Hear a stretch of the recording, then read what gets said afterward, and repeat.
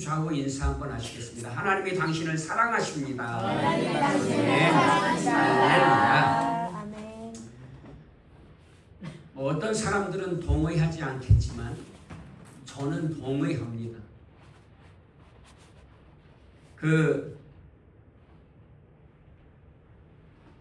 참된 목회라는 책에 보니까요, 찰스 브리티스라는 분이 썼는데 참된 목회라는 책에 보니까 그런 말이 있습니다. 성경의 역사는 설교가 국가적 번영과 성경적인 종교의 발전으로 연결되는 것을 보여준다. 그러니까 성경을 보면요, 성경의 역사, 특별히 이제 창세기, 출애굽기, 레위기, 민수기, 신명기, 사사기, 사사기에서부터 보면 역사를 기록하고 있잖아요. 물론 뭐 창세기도 역사를 기록하고 있는 것이지만 특별히 이스라엘의 역사를 기록하고 있는데 늘 말씀드리지만 오해하시면 안 되는 게 뭐 이스라엘의 역사를 배우는 게 아니라 이스라엘의 역사는 뭐의 역사라고요? 인류의 역사, 인간의 역사다. 인간의 죄의 역사, 이런 대표의 원리로서 이스라엘을 예표로 해서 우리의 삶에 대해서 가르쳐주고 교훈해주는 말씀인 것이지 단지 한 민족의 역사를 뭐 배우는 것이 아닙니다.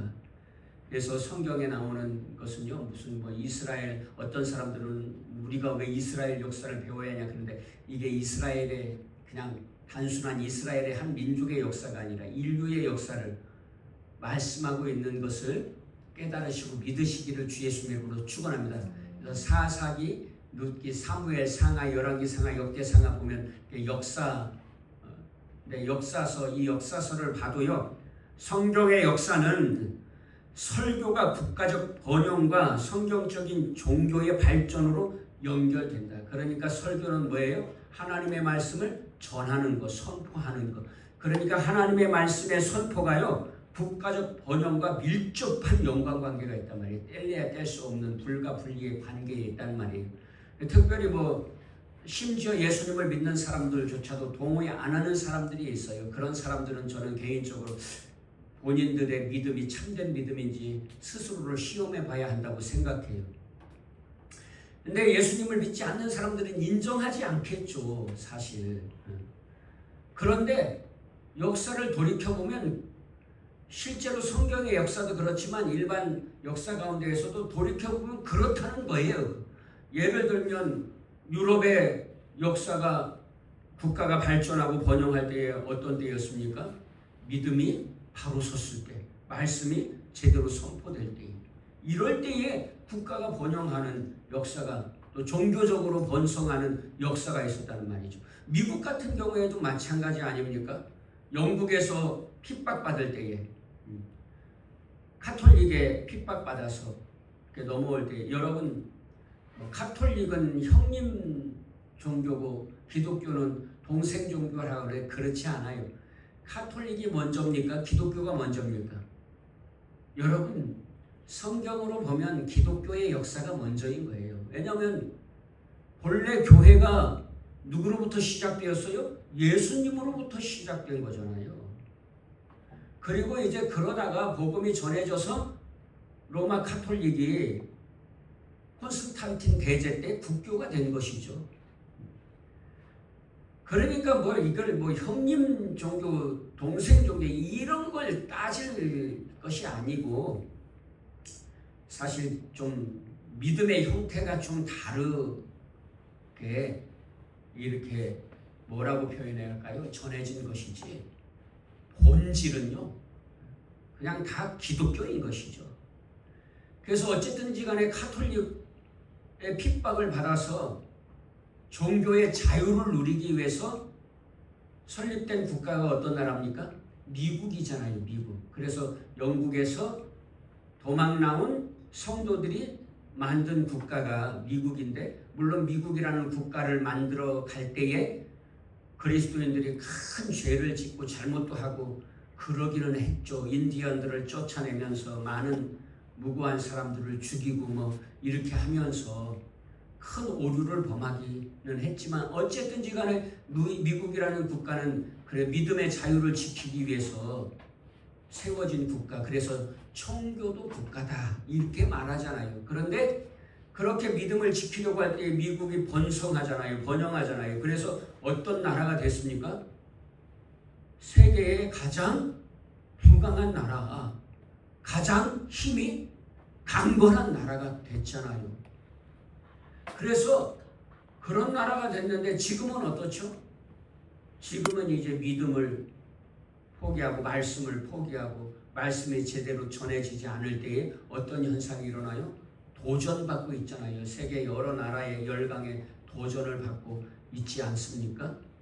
그래서 막 그런 위협 가운데 있잖아요. 그런 것처럼 우리도 사실 이제 종교의 자유가 있는데 우리나라도 웃기는 게 뭐냐면요. 우리나라뿐만 아니라 세상이요. 동성애의 자유는 있는데 종교의 자유는 없대요. 여러분 정말 우리가 생각이 있는 사람이라면요. 그런 것에 대해서 잘못된 것을 인지할 수 있어야 하지 않는가요? 동성애에 대해서는 그냥 무제한으로 뭐든지 말해서도 된대요. 종교의 자유에 대해서는 말하면 안 돼요. 여러분 표현의 자유가 있다고 하면서 외설적인 표현, 음란한 표현들 정말 이런 것들은 없어야 할 그런 것들 막 소설책에 그러면서 그 표현의 자유가 있다 그래요. 그런데 동성애가 죄라는 말을 해서는 안 된다는 거예요. 표현의 자유가 있다면서요. 그러면서 심지어 뭐라고 하냐면요. 기독교를 뭐라 그래요? 개독교라고 해요. 기독교를 모욕하는 일을 스스럼 없이 해요. 하나님을 모욕하는 일을 스스럼 없이 해요. 제가 카톡에 한번 보냈지만 여호와의 이름을 망령되이 일컫지 말라는 의미가 어떤 것인지 제가 찾아가지고 자료를 찾아서 보내드린 거 있잖아요. 그런데 하나님의 이름을 함부로 막 얘기하는 건 괜찮아요.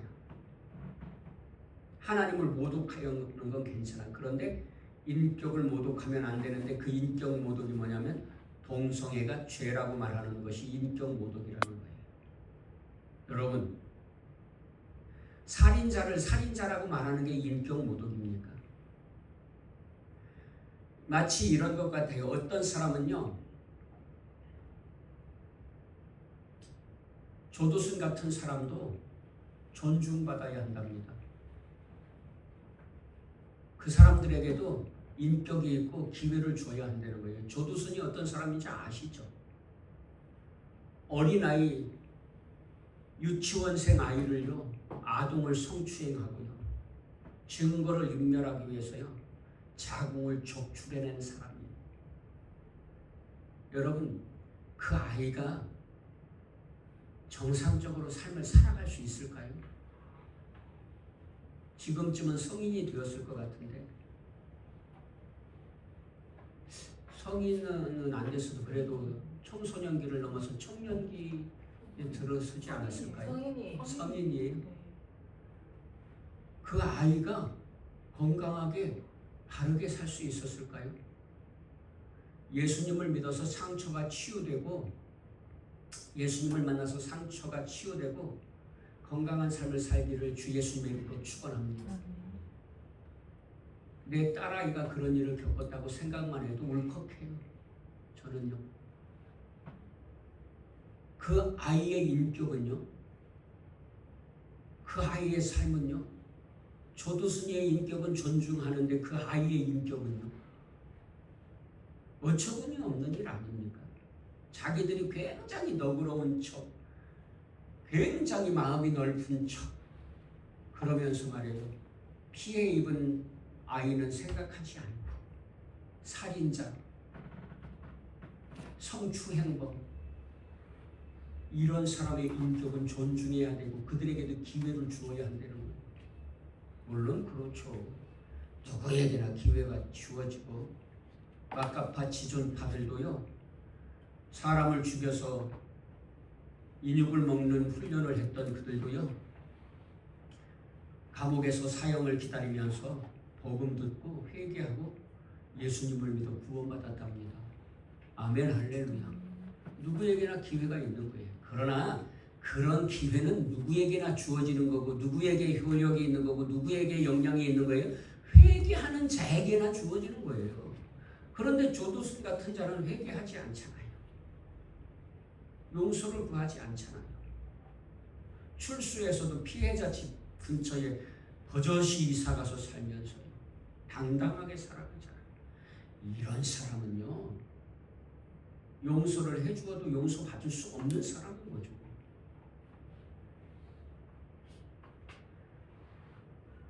그러면서 여러분 살인자를 살인자라고 말하는 게 인격 모독입니까? 마치 이런 것 같아요. 통일부 장관 정동영 씨가 그랬더라고요. 북한이 우리를 공격하고 막 북한군들이 예를 들면 예전에 판문점 돕기 많은 사건이 있었잖아요. 북한 군인들이 넘어와가지고 돕기로 우리 군인들을 찍어 죽였단 말이에요.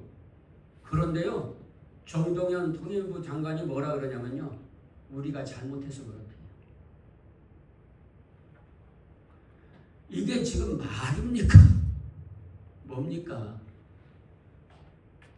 우리가 잘못했기 때문에 그런 일을 겪은 거예요. 영화에 보면 그런 영화가 있더라고요. 구타유발자라는 영화가 있는데 뭐냐면 어떤 사람이요. 맞을 짓을 한다는 거예요. 그래서 두드러 팬다는 거예요. 야, 이거 뭐 마치 그런 논리나 같은 거죠. 여자가 길거리 가다가 강간당했어. 왜? 네가 미니스커트를 입고 다녀서 네가 유발한 거잖아. 이런 말이나 마찬가지인 거예요. 그런 얘기 들을 때에 분노하잖아요, 우리가. 그죠? 살인자를 살인자라고 말하고 범죄자를 범죄자로 말하는데 인격 모독입니까? 그렇게 생각하는 사람은 아무도 없잖아요. 동성애를 죄라고 말하는 게 왜 잘못입니까? 성경에 분명히 말씀하고 있는데. 여러분 기본 질서가 무너지면요 세상이 지옥이 되는 겁니다. 여러분 성적인 것 문제도요 하나님께서 세운 질서 안에서 남자와 여자가 만나서 사랑하고 결혼하고 자녀를 낳는 것이 건강하고 복된 삶인 것을 깨달으시고 믿으시기를 주 예수 그리스도의 이름으로 간절히 축원합니다. 그래서 보면요 설교가 국가적 번영과 성경적인 종교의 발전으로 연결되는 것을 성경의 역사는 보여주고 있는데 국가적 환난과 고통의 표징은 아사왕 때에 이렇게 잘 보여줍니다. 시대에 가르치는 제사장의 결핍을 보여준다. 역대하 15장 3절 5절에 보면요 아사왕 시대에는요 너무나 환난과 고통의 그런 시절이었는데 거기에 보면요 제사장이 결핍되었다. 제사장이요 참된 제사장들이 너무나 부족하고 말씀을 전하는 사람들이 제대로 전하는 사람들이 없었다는 거예요. 여러분 오늘 우리 시대에요 하나님의 말씀을 제대로 전하는 사람들이 많지 않아요. 그래서 여러분 오늘날 환난과 고통의 시대를 우리가 지나고 있는 것이라고도 생각해 볼 수가 있는 거예요. 믿든지 믿지 않든지 인정하든 안 하든 이건요 사실이에요. 그에 반해서 아사를 뒤이어 왕위에 오른 여호사밧 시대에는 모든 성읍들의 레위 사람들과 제사장들의 말씀 전파가 이루어지는 것과 함께 커다란 번영을 누렸다고 성경은 가르치고 있습니다. 그러니까 아사 왕의 뒤를 이어서 여호사밧이 그의 아들 여호사밧이 왕이 되었는데 그는요 레위 사람들을 세워서 하나님의 말씀을 가르치게 했다는 거예요. 그럴 때에 국가적인 번영을 이루는 놀라운 하나님의 은혜를 체험하게 되었다는 겁니다. 오늘날도 마찬가지입니다. 몰라서 그렇지요. 하나님의 말씀이 제대로 선포되지 않으면요 환난과 고통의 시절이 오는 겁니다. 그러나 하나님의 말씀이 제대로 선포되잖아요. 국가적 번영도 이루게 되는 것을 깨달으시고 믿으시기를 주 예수님 이름으로 축원합니다. 암흑기 카톨릭 시대는 설교가 거의 없었던 반면 중세 시대, 그러니까 카톨릭 중세 시대에는요 설교가 거의 없었는데 그때에는요 그랬다는 거예요. 성경은 누구만 소유할 수 있어요? 성경은 누구만 볼 수 있어요? 사제들 신부들만 볼 수 있었단 말이에요. 그래서요 그때 당시에는 성경을요 라틴어로 다 그냥 일반 예를 들면 프랑스어로 번역하지 않고 라틴어로 다 봤단 말이에요. 오늘 우리식으로 말하자면요 영어로만 성경을 보고 한글로는 성경을 못 볼 수 있게 그래가지고요 그때에는요 하나님의 말씀을 일반 국민들은 알 수가 없는 거예요. 그러니까 신부들이 하나님의 말씀을 가르친다고 엉뚱한 걸 얘기해도요 이게 옳은 건지 그런 건지 알 수가 없는 거예요. 예를 들면 속죄세라든가 이런 거 연옥이 있다 뭐 이런 얘기를 해도요 내가 성경을 모르니까 이게 맞는 말인지 틀린 말인지 알 수가 없잖아요.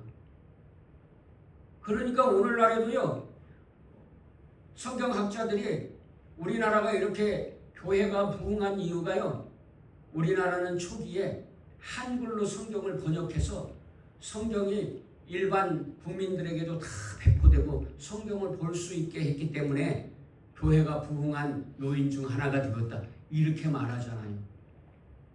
그러니까 여러분 오늘도요 내가 성경을 읽지 않으면 이정림 담임 목사가 엉뚱한 소리를 하는지 참된 말을 하는지 아니면 성경 없는 얘기를 하는지 알 수가 없잖아요. 알 수가. 그러니까 여러분 늘 강조하지만 여러분들 스스로 성경 읽어야 합니다. 예수님을 믿으면서 성경을 읽지 않으면 여러분 어떻게 하나님의 뜻을 알 수 있겠어요? 듣기만 해서는 안 된다니까요. 듣는 것은요 백에 열에 8, 9은 사라지고요 일만 남아도 많이 남는 거라고 하잖아요. 그런데 내가 읽으면 더 많이 남는 거잖아요. 쓰면 더 많이 남는다고 하더라고요. 그러니까 여러분 듣고 읽으셔야 합니다. 듣는 것으로 끝나잖아요. 금방 잊어버려요. 어떤 기억력 좋은 사람들은 오래 기억할지 모르겠지만 저 같은 경우에도 듣기만 하면요 아침에 오전에 설교 들었는데 오후에 하나도 생각 안 나. 설교 내용이요. 제가 설교를 들을 때에 오전에 은혜를 정말 많이 받았거든요. 아멘 그러면서 막 말씀에 귀를 기울여 은혜가 됐어. 야 그렇구나. 하나님의 은혜가 정말 감사하다. 오후 예배를 드리는데 오전 말씀에 하나도 생각 안 나. 하나도 생각이 안 나요. 진짜로 거짓말이 아니에요.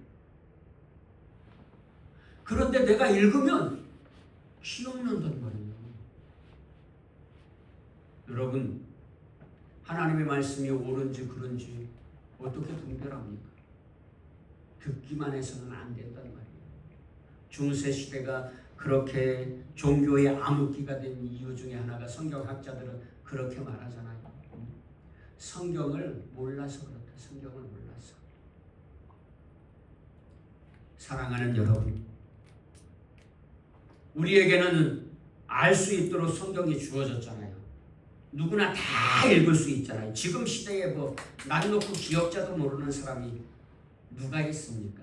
다 알잖아요. 다.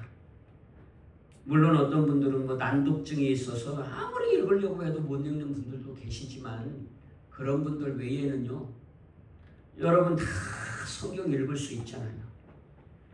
그런데 성경이 읽는데 말씀에 굶주려. 왜 안 읽으니까요? 안 읽으니까. 성경을 안 읽으니까요. 읽으려고 하지를 않아요. 복을 준다고 해도 생명을 준다고 해도 안 읽어. 여러분, 하나님의 말씀을 읽으면요, 복이 생기고 생명을 얻게 되는 것을 깨달으시고 믿으시기를 주 예수님 이름으로 축원합니다. 그래서 성경은 뭐라고 말씀하세요? 성경을 우리에게 왜 주었대요? 물론 그런 말씀이 있어요. 디모데후서에는요, 교훈과 책망과 바르게 함과 의로 교육하기에 유익하도록 준 것이고, 또 성경은 뭐라고요? 성경을 읽어서 누구를 만나요? 성경을 읽는 것을 통해서 예수님을 만나고, 예수님을 만나면 예수님을 믿게 되고, 회개하고 예수님을 믿게 되고, 그러면 구원받게 되고 영생을 얻게 되고 부활을 얻게 된다. 이것이 하나님의 기업입니다. 하나님의 유산, 우리에게 주신 축복이란 말이죠. 천국, 영생, 부활이 하나님의 기업인 것이죠. 여러분, 그러니 여러분, 잠언에도 보면요, 성경에 귀를 기울이고 성경을 읽으면요, 생명을 얻고 복을 받는다고 잠언만 읽어봐도 말씀하고 계시잖아요. 그러니 여러분, 성경을, 하나님의 말씀을 듣기만 하는 자들이 아니라 읽을 수 있는 자들 되시기를 주 예수님의 이름으로 축원합니다. 그래서 여호사밧 시대에는요, 모든 성읍에 레위 지파를 세워서 하나님의 말씀을 가르치고 제사를 드리게 했을 때에 번영을 누리게 되었다. 또 암흑기 가톨릭 시대는 설교가 거의 없었던 반면 설교의 부흥은 종교개혁 시기와 동시대에 이루어졌다 라고 말합니다. 또 퀘스넬이라는 분은요, 자신이 먼저 말씀을 양식으로 공급받지 못한 사람이 어떻게 다른 사람에게 말씀을 양식으로 공급할 수 있겠는가 라고 말합니다. 여러분, 내가 말씀을 공급받지 못한 사람이 다른 사람에게 말씀을 가르칠 수 있겠습니까? 전도도 마찬가지입니다. 사람이 말씀 위에서 생활할 때 비로소 말씀을 먹는 것이다. 말씀을 자기 것으로 만들고 말씀을 실행하고 말씀을 온전하게 자기에게 익숙한 것으로 만들어서 말씀이 자기에게 양식이 되고 자양이 되어 그것으로 다른 사람을 먹일 수 있을 때 그는 말씀 위에서 생활하는 것이다. 그러니까 내가 말씀대로 살고 그 말씀을 다른 사람들에게 먹일 때에 말씀 위에서 사는 것이라고 말한다는 것입니다. 그러니 사랑하는 여러분, 오늘 하나님의 말씀은요, 믿음의 사람들에게 뗄래야 뗄 수 없는 불과 분리의 관계에 있고요, 그 말씀 위에서 살아갈 때에 우리가 참된 믿음의 삶을 산다고 말할 수 있는 것이죠. 말씀대로 살지 않는 사람은요, 참된 믿음의 삶을 살지 못하는 거예요. 그래서 성경은 뭐라고 말해요? 네 자신이 너의 믿음을 스스로 시험해봐라 하잖아요. 어떻게 해요? 내가 말씀대로 사는지 아니면 말씀대로 살지 않는지 보면 알 수 있는 것이죠. 그래서 여러분, 우리가 말씀을 보는 것 아닙니까? 오늘 본문의 말씀을 보는 이유도 뭡니까? 성경을 통해서 예수님을 만나고 하나님의 사랑과 은혜와 복을 누리기 위해서 그런 거 아닙니까? 오늘 본문에는 야곱이 요셉을 축복한 내용이 나오는데요, 야곱이 요셉을 어떻게 축복합니까? 요셉은 풍성한 열매 맺는 삶을 살게 될 것이다. 환난과 공격 속에서도 하나님의 도우심을 입고 승리하게 될 것이다. 23절, 24절, 25절, 하늘과 땅의 모든 복을 누리게 될 것이다. 삶의 모든 영역에서 풍성한 축복을 누리게 될 것이다. 26절은 조상보다 더 큰 복을 누리게 될 것이다. 그러면서 가지가요 담장 너머로 뻗어 이웃에게도 넘치어 흐르게 될 것이다 라고 축복하고 있습니다. 요셉은 무성한 가지 곧 샘 곁에 무성한 가지. 샘 곁에 심겨진 나무는요, 가물어도 마르지 않아. 왜냐하면 그 우물이 마르지 않는 한에는요, 물이 항상 공급되기 때문에 샘 곁에 심겨진 나무는 웬만해서는 마르지 않고 웬만한 가뭄에도 잎이 푸르고 청청하고 열매를 맺는 그런 삶을 살게 된다는 거예요. 무성한 가지 곧 샘 곁에 무성한 가지다. 그 가지가 담을 넘는다.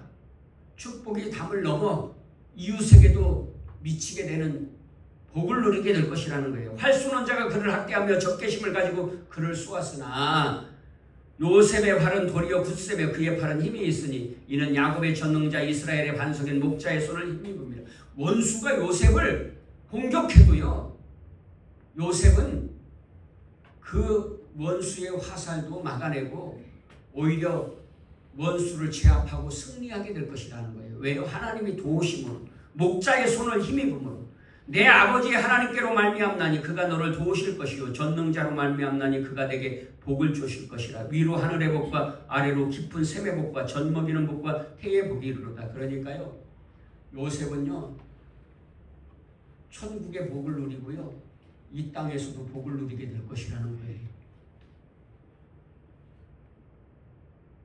또 태의 복이 이르로다. 태의 복, 자손의 번성의 복을 누리게 되는 거예요. 오늘날은요 무슨 애를 안 낳는 게 미덕인 것처럼 그렇게 말하고 있는데요, 예수님을 믿는 사람들이요 그런 소리 함부로 하면요 하나님의 뜻을 거역하는 거예요. 조심해서 말해야 돼요. 자녀를 낳는 것이 복이에요. 태의 복이다. 잠언에도 보면 그렇잖아요. 장수의 화살통에는 뭐가 많아야 돼요? 전쟁을 하는데요, 화살이 중요한 무기잖아요. 활이.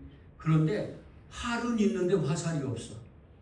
그래가지고 막 전쟁 중 우리나라 임진왜란이라든가 뭐 이런 외세가 침입할 때 성에서 방어를 하면서 뭐해요? 활로 쏴서 못 오게 막잖아요. 그런데 화살이 떨어졌어. 그래가지고 막 떨어진 화살 막 주워가지고 또 쓰고 그 화살이 떨어져서 그러면 패배하는 경우도 있잖아요. 그런 것처럼 장수에게 화살통에 뭐가 많아야 돼? 화살이 많아야 적을 물리칠 수 있단 말이에요. 그것처럼요 사람들에게 자녀는요 장수의 화살통에 화살 같은 복이라는 거예요. 아멘? 여러분, 자녀의 복. 그러니까 예수님을 믿는 사람들이 오늘 세상이 막 애들 키우기 힘들고, 옛날에는 뭐 지금보다 더 가난했는데 10씩 막 이렇게 낳으면서 7, 8씩 막 대여섯 명은 기본이고 10명도 넘게 막. 근데 통일교 문성명 안에 한학자 씨는 무슨 뭐 몇 명을 낳았다고요?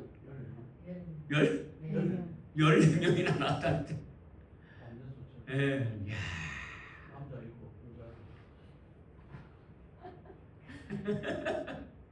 참 그런 이다는 애도 잘 낳는. 예수님을 믿는 사람들은 자녀가 복이라 그래도 안 낳아.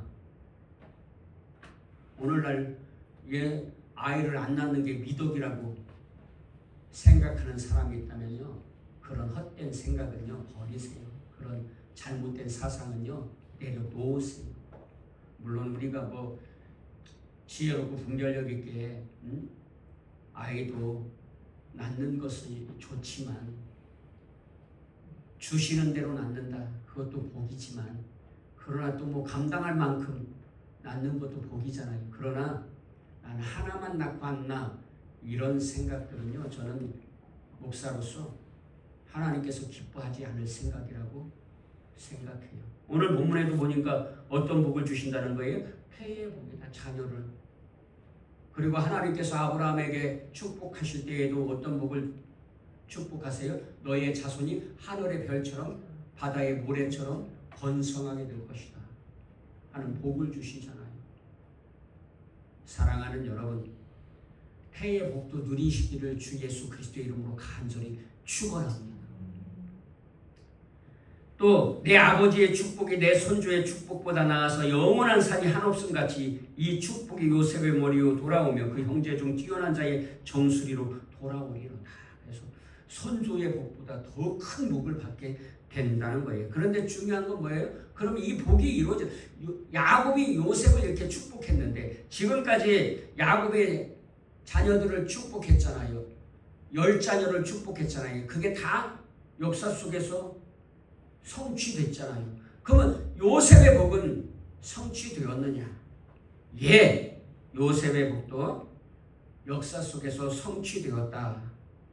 샘 곁에 무성한 가지가 될 것이라는 것은 요셉은요, 야곱에게 12아들이 있었는데 한 지파는 12아들에서 탈락하고 대신 요셉의 두 아들 에브라임과 므낫세가 그 자리를 차지하게 되었다는 거예요. 그래서요, 야곱의 12지파 중에 12아들 중에요, 두 지파가요 요셉의 아들들로 지파가 이루어집니다. 에브라임 지파, 므낫세 지파.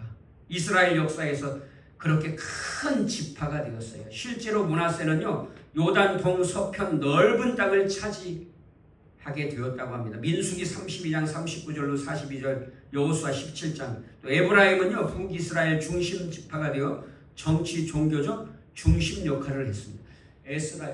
에브라임은요, 남유다 북이스라엘로 나누어질 때 북이스라엘의 중심 지파가 되어서 정치적 종교적 중심 역할을 했다고 여호수아 23장 10절은 말합니다. 사무엘 선지자, 여호수아, 여러 왕들이 요셉 지파에서 나왔다는 것입니다. 요셉의 자손은 실제로 이렇게 열매가 많고 번성한 복을, 조상들보다 더 큰 복, 조상들보다 2배나 복을 받았잖아요. 2배의 복은 누가 받는 복입니까?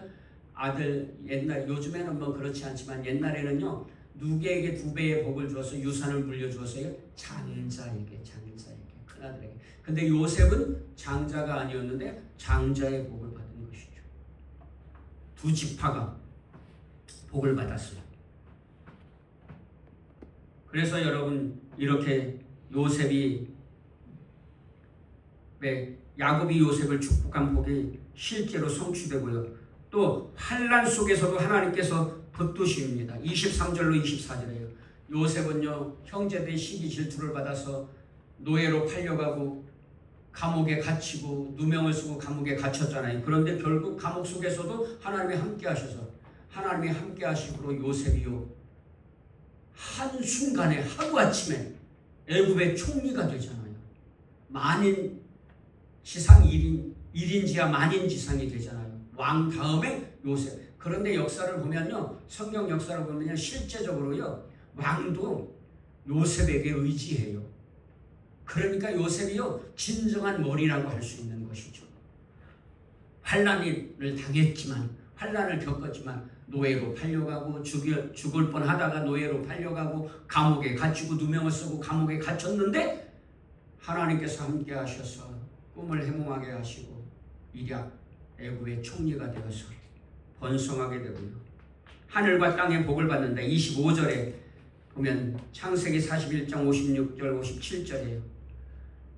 여러분, 그래서 요셉은 복을 받아가지고요, 요셉을 통해서요, 주변 열강들이 다 복을 받게 되잖아요. 7년 기근 내 요셉이 7년 풍년을 잘 준비해가지고요, 애굽만 먹여 살린 게 아니라 야곱의 가문도 먹여 살리고 주변에 어려움 겪는 국가들도 먹여 살리잖아요. 요셉이 조상보다 더 큰 복을 받는다.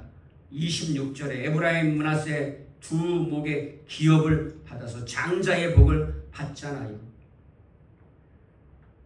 이렇게 야곱이 요셉에게 축복한 축복은 역사 속에서 실현된 것을 볼 수 있습니다. 그러면 더 중요한 것은요, 요셉이 어떻게 이런 복을 받았느냐는 것이죠. 뭐 그냥 한마디로 말하면, 결론적으로 말하자면 하나님의 은혜였지만 좀 우리가 이런 복을 좀 받아보고 싶어서 복받은 이유를 좀 살펴보자면, 첫째, 요셉은 어떤 사람입니까? 하나님을 경외한 사람입니다. 하나님께서 꿈꾸게 하셔서, 요셉을 하나님께서 괜히 꿈꾸게 해주셨다고 생각지는 않아요. 어릴 때부터 하나님을 경외했기 때문에 하나님께서 꿈을 주신 것이죠. 머리 되고 꼬리 되지 않으리라. 꿈을 주신 것이죠. 어떤 상황 속에서도 하나님을 의지했죠. 요셉은 자기 주인의 아내 보디발의 아내가 유혹할 때에도요, 안 됩니다. 마님, 아니에요. 우리 둘밖에 없는 것 같죠. 그렇지 않아요. 지금 하나님이 지켜보고 계세요. 그래서 거절하잖아요. 그래서 순결하고 거룩하고 정결한 삶을 살잖아요. 하나님을 의지함으로. 그리고 또 감옥에서도 하나님을 의지해서요. 간수들이 요셉을 인정해요. 야, 너 진짜 너 같으면 믿을 수 있어. 네가 죄수들 관리해. 그래가지고 관수들이 요셉에게 죄수들을 관리하게 하잖아요. 끝까지 요셉은 충성하고 성실한 삶을 살아요. 여러분, 애굽의 총리가 되었지만 요셉은요 교만하지 않아요. 여러분, 그런 위치에 서면요 교만해질 수도 있고 왕도 좌지우지하려고 할 수 있잖아요. 그런데 요셉은 그렇게 하지 않아요. 애굽의 왕을 두려워하고 존중해요. 사랑하는 여러분, 힘이 있어진다고, 권세가 있어진다고 윗사람을 업수히 여기면요 이 사람은 곧 망한다고 생각하면 돼요. 존중할 줄 알아야 돼요. 하나님의 뜻을 깨닫고 형들을 용서해요. 나중에 요셉의 총리가 됐는데 자기를 판 형들이 찾아왔어.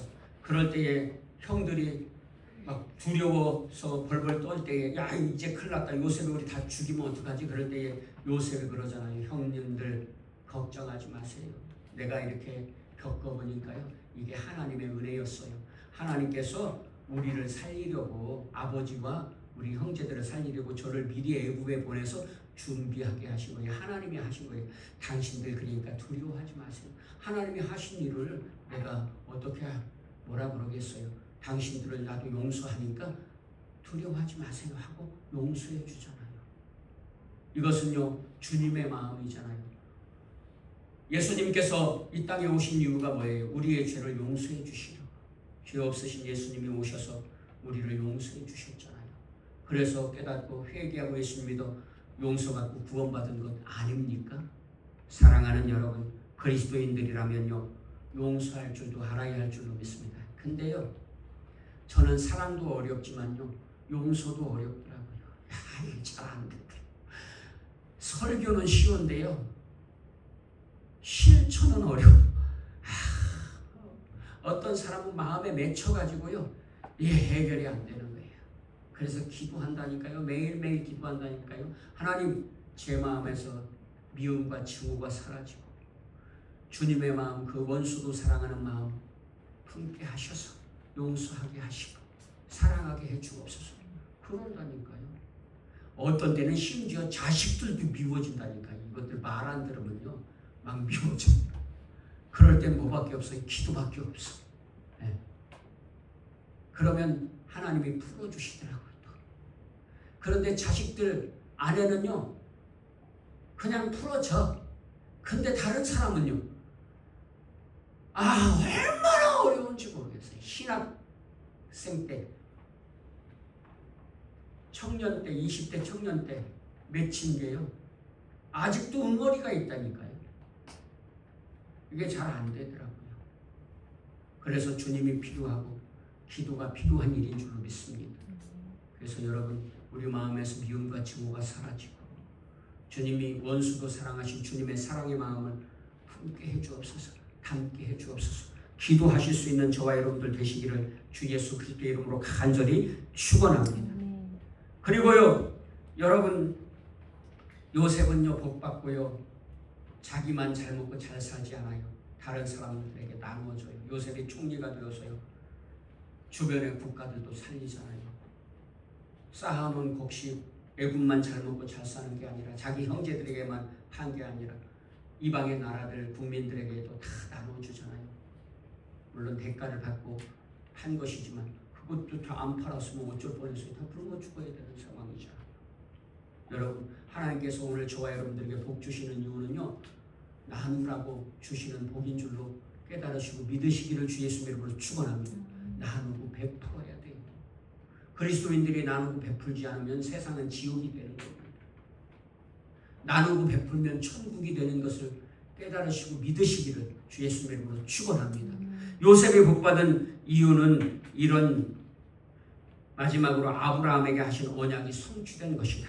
창세기 12장에 보면요 1절로 이하에 보면 하나님께서 아브라함에게 네가 네 자손이 하늘의 별처럼 바다의 모래알처럼 번성하게 될 것이다 약속하셨는데 요셉을 통해서 그 언약이 성취되잖아요. 이처럼 하나님의 약속은 반드시 성취되는 약속인 줄로 믿습니다. 그래서 성경은 이렇게 말해요. 산 소망이다 하나님. 아멘.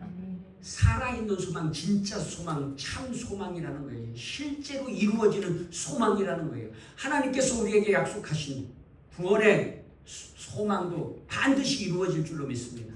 왜냐하면요, 예수님을 보내주셨고 예수님이 십자가에 죽으셨고 3일 만에 다시 살아나셨어요. 그건 사실이잖아요. 역사 속에서 이루어진 일이잖아요. 예수님이 다시 오시는 것도 성취될 줄로 믿습니다. 그때는 알지 못하지만요. 그러므로 성경을 우리에게 주신 이유가 뭐예요? 성경 속에서 예수님을 만나서 예수님을 믿고 구원받은 성도로 살라고 하는 거잖아요. 그러니 여러분, 오늘 우리가 이러한 말씀을 통해서 예수님을 만나고 회개하고 예수님을 믿어 구원받은 성도로 살고 믿음 안에 들어섰으면요, 이제 그 믿음 포기하지 마시고 끝까지 믿음 지켜서 남은 구루터기로 복을 누리시기를 주 예수 이름으로 축원합니다. 여러분, 요셉도요 환난과 풍파가 없어 모든 사람들이 다 그러지만요, 환난 풍파 없는 역경 없는 성공 승리를 이룬 사람이 있으면 나와보라고 해요. 아무도 없잖아요. 마찬가지로 믿음도 마찬가지인 줄로 믿습니다. 환난 풍파 역경 많지만요, 요셉에게 축복한 것이 이루어진 것처럼 반드시 하나님의 약속이 이루어질 줄 믿고 굳게 믿고 말씀 굳게 붙잡고 역경 환난 이겨내면 하나님께서 반드시 약속하신 복을 누리게 해 주실 줄로 믿습니다. 오늘 우리의 삶이 믿음으로 사는 것이 힘들고 어렵습니다. 그리고 사실 저는 저보다도요 우리 자녀들이 더 거룩한 염려 같아요.